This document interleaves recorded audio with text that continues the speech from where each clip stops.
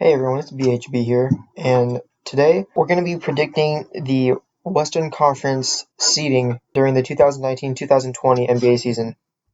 This is the first episode on the channel, so I hope you all enjoy, and let's get right into it. So, right off the bat, at number 8, we have the San Antonio Spurs. Now, the reason why I have the Spurs at number 8, and basically making the playoffs over Mavericks, Pelicans, Timberwolves, Kings, those teams, is because of one man, and that's not DeMar DeRozan or LaMarcus Aldridge. It's Greg Popovich.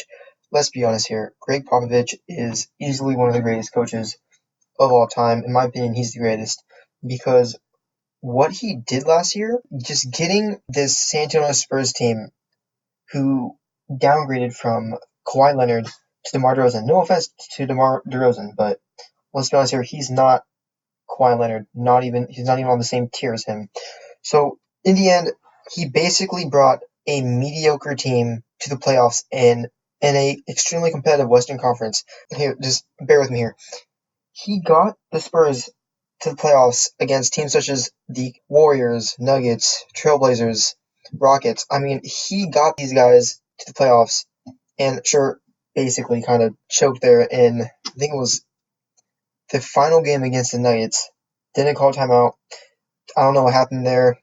Unexplainable, but regardless of that, he will get the Spurs to the A seed. I'm sure of it. And basically, why they're not higher is because, well, there's not enough talent.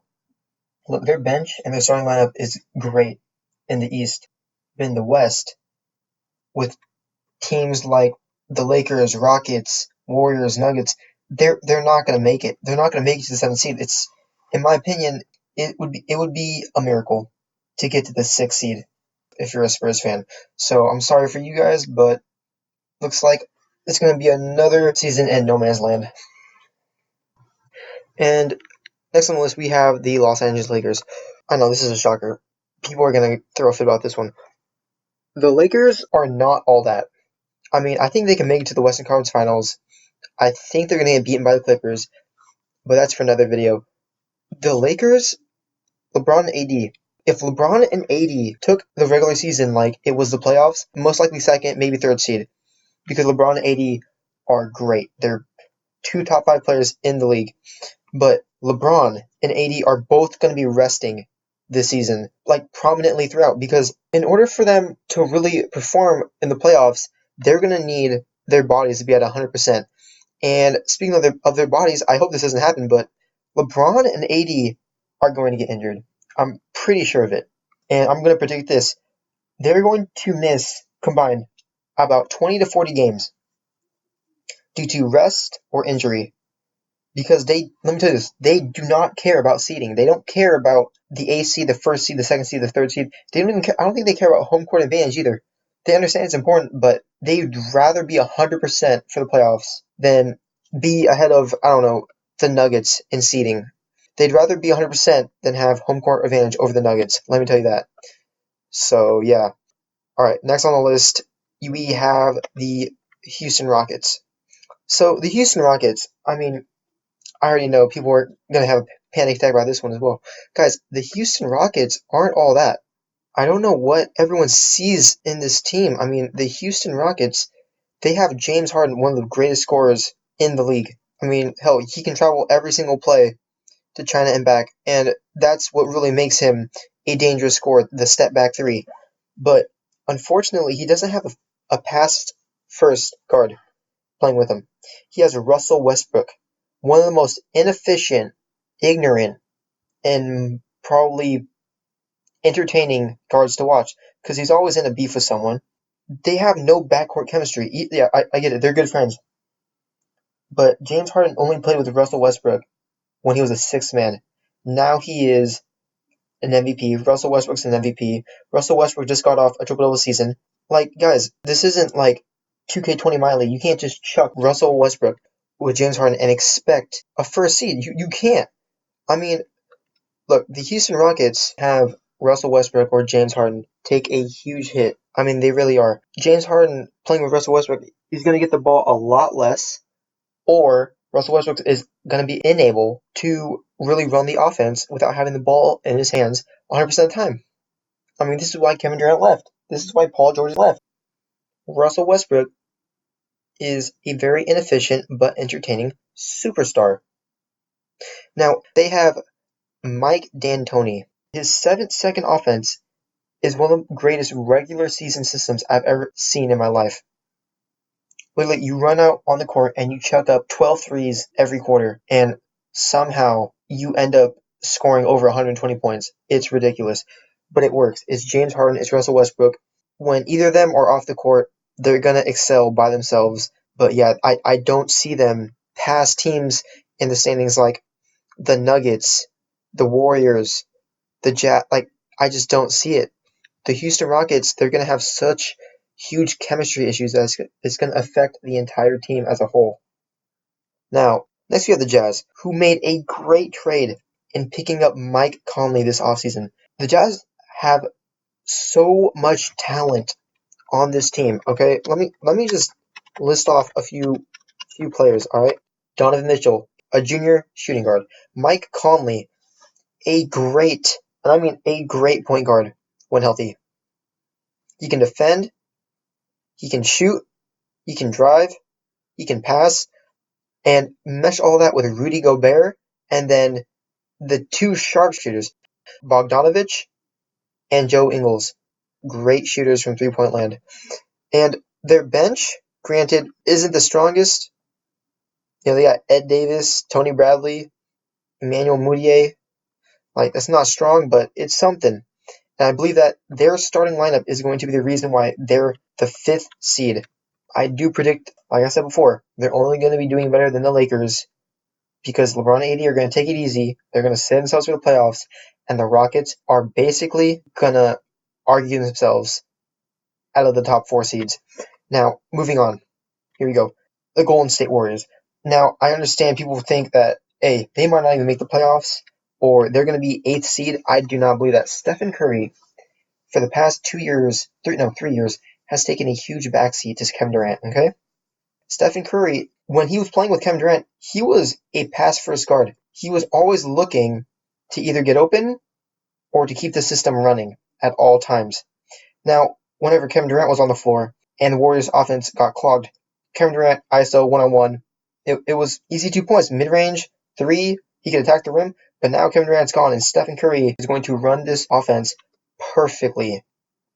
In my opinion, he's the second best point guard of all time because he can run the offense and he forces so much pressure on him. The moment he crosses 40 feet, players are going to be looking at him, questioning whether or not they're going to have to double team him. Now, the reason why people say, well, if Stephen Curry is so good, then why aren't the Warriors higher? Because I do not trust their bench. The Warriors have the weakest bench I've ever seen. It's embarrassing. It's almost as weak as the Lakers bench. Like, come on, guys. Let me just name off a few of the players on the Warriors bench, okay? Alright, here are some of their players. Jacob Evans, Andrew Harrison, Damian Lee, Glenn Robinson III, Amari Spellman. Guys, this isn't an NBA level bench. This is embarrassing. Steve Kerr, I feel like he's a slightly overrated NBA coach because he's had such great talent to coach. But his system is going to allow all these guys to develop for the best. Stephen Curry, the pressure he's going to force is going to allow all these guys to get open shots, easy baskets at the rim. And not only that, but when Klay Thompson gets back, he's most likely going to be moved to the small forward position. Steph Curry, and D'Angelo Russell. D'Angelo Russell isn't a sharpshooter like them, but all three of them are going to allow for players such as Kevon Looney, Damian Lee, Jacob Evans, Marquise Chris to develop at their best. Now, here we go. The 3rd seed, we have the Denver Nuggets. The Denver Nuggets, I think this is the pick I'm probably the most confident about, besides the Spurs pick.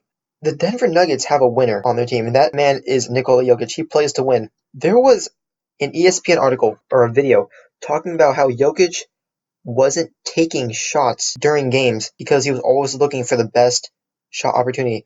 That's crazy. Centers are always like, hey, Kobe and Shaq. Shaq wanted to be the main guy all the time. Jokic wants to win. He doesn't care who's the main guy. He just wants to win. The Denver Nuggets bench is insane. It's beautiful. But the only issue, the reason why they're going from second seed to third seed this season is because they made no improvements whatsoever during the offseason. All the other teams got better. And what? The only player they added is Michael Porter Jr., who was injured. He was injured his entire rookie season. So other than that, I mean, you really don't have any other advancements. So like I said, I'm easily the most confident about the Nuggets at third. This may come as a shock, but let me tell you this. At the second seed, I have the Trailblazers. Damian Lillard and CJ McCollum are currently the best backcourt in the entire NBA. Steph Curry and D'Angelo Russell do not have the chemistry that Damian Lillard and CJ McCollum have. It's not even close. They've been playing for 5+ years. Damian Lillard, he's a dog. This guy is cold-blooded. He waved goodbye to Westbrook. He was injured against Steph Curry's Warriors in the second game, and as a result, he played terribly after that. But let's be honest, he didn't complain about it. He didn't make excuses. But now that he's healthy, him and CJ McCollum are going to light up the league until Klay Thompson gets back. I'll consider the Steph Curry, Klay Thompson backcourt, even though Thompson's going to be playing at small forward, their bench is what's going to prevent them from being the first seed. Simply, that's it. They have, I'm not even going to try to pronounce his first name, Simmons at the shooting guard. They have Zach Collins at the power forward. Rodney Hood, he's actually, that 4 overtime thriller against the Nuggets, he balled out in the 4th overtime. But Scal Labissiere, come on, man. Come on, buddy. Like, really, bro? Really? Anthony Tolliver, Gary Trent Jr., come on. These guys are not all that. They are not that.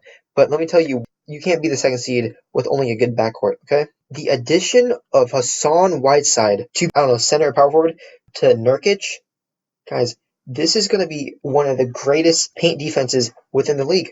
I mean, this starting five, not going to lie, this is like a top 3 starting five in the league. Damian Lillard, CJ McCollum, I do not know who they're going to play the small forward position. But then you have Nurkic and Hassan Whiteside, some of the greatest defenders. Hassan Whiteside, not as athletic as he once was, but can still block those shots out of the air. He can still catch shots out of the air. He can still dunk. He can still catch alley-oops. They're going to be dangerous. They're a team to watch out for. I predict in a conference where LeBron's resting, the Rockets are struggling with chemistry, and Klay Thompson's injured, the Trailblazers are going to shock the league because they were 3rd seed last year. Trailblazers. They improved. They have Hassan Whiteside. They're going to improve this season.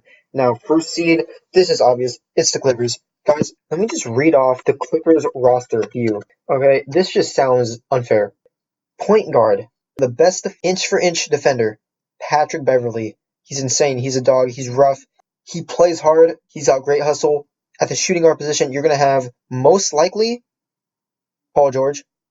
And then Kawhi Leonard's at the small forward position, Montrezl Harrell at the power forward position, with Ivica Zubac at the center. He's inexperienced, not the best center, but he's fast, he's young, and honestly, I believe that the rest of the starters are going to make him a better player. Now, Maurice Harkless, Landry Shamet, J. Michael Green, Jerome Robinson, Magruder, Motley, Patterson, all these guys are great role players. They're going to get first seed, and I'm going to guarantee this. It's not even going to be close. The chemistry between Paul George and Kawhi Leonard. Kawhi Leonard, how do you get in a bad spot with Kawhi Leonard? Unless you don't like resting games. In that case, Kawhi Leonard, who's going to be resting like 20 games this year, is most likely not going to be on best terms with you. Let me tell you this. You rest Kawhi Leonard and Paul George, Clippers can still win a game against one of the bottom 10 teams. They can easily beat them. All right, let me just tell you that. So, yeah, basically that's it. But I just want to clarify my picks of the Houston Rockets at 6th seed and the Lakers at 7th. LeBron and AD are going to get injured, and LeBron does not give a single damn about seeding at all, ever. Maybe at the beginning of his career, maybe throughout the middle, but now he's hitting the end. LeBron and AD they're just trying, they're looking for a championship. That's all it is. And remember, Houston Rockets, the backcourt chemistry is weak. It's going to be disappointing. But James Harden running that 7-second offense, he's going to excel. He's going to do great. And I have a lot of faith in Mike D'Antoni during the regular season. Playoffs, he's not going to be able to win. But let's be honest, regardless of how bad this backcourt operates, they still have a decent team. They have an okay bench, And James Harden is James Harden, and he's going to be dropping an insane amount of points if he's allowed to. Because we all know that Russell Westbrook, he's going to want the ball. He's going to want to bring it up the court. Sure, he's learned his lesson. He's going to pass the ball more, but you don't learn that in 1 year. Let me tell you this. Next year, I'm going to put the Houston Rockets at 2nd or 3rd seed based on how they do, because I believe that chemistry matters so much. James Harden and Russell Westbrook are great friends off the court, but basketball is an on-the-court game. It really is. How they perform is going to be based on their on-the-court chemistry, and that's that. Thank you all for watching. Honestly, this is a debate channel. I want to debate with you guys. I think I can defend my 7th seed pick of LeBron and AD. They are, come on, maybe 5th, maybe 6th, but they're going to get injured. Let's debate in the comments. Thank you all for watching, and have a nice day.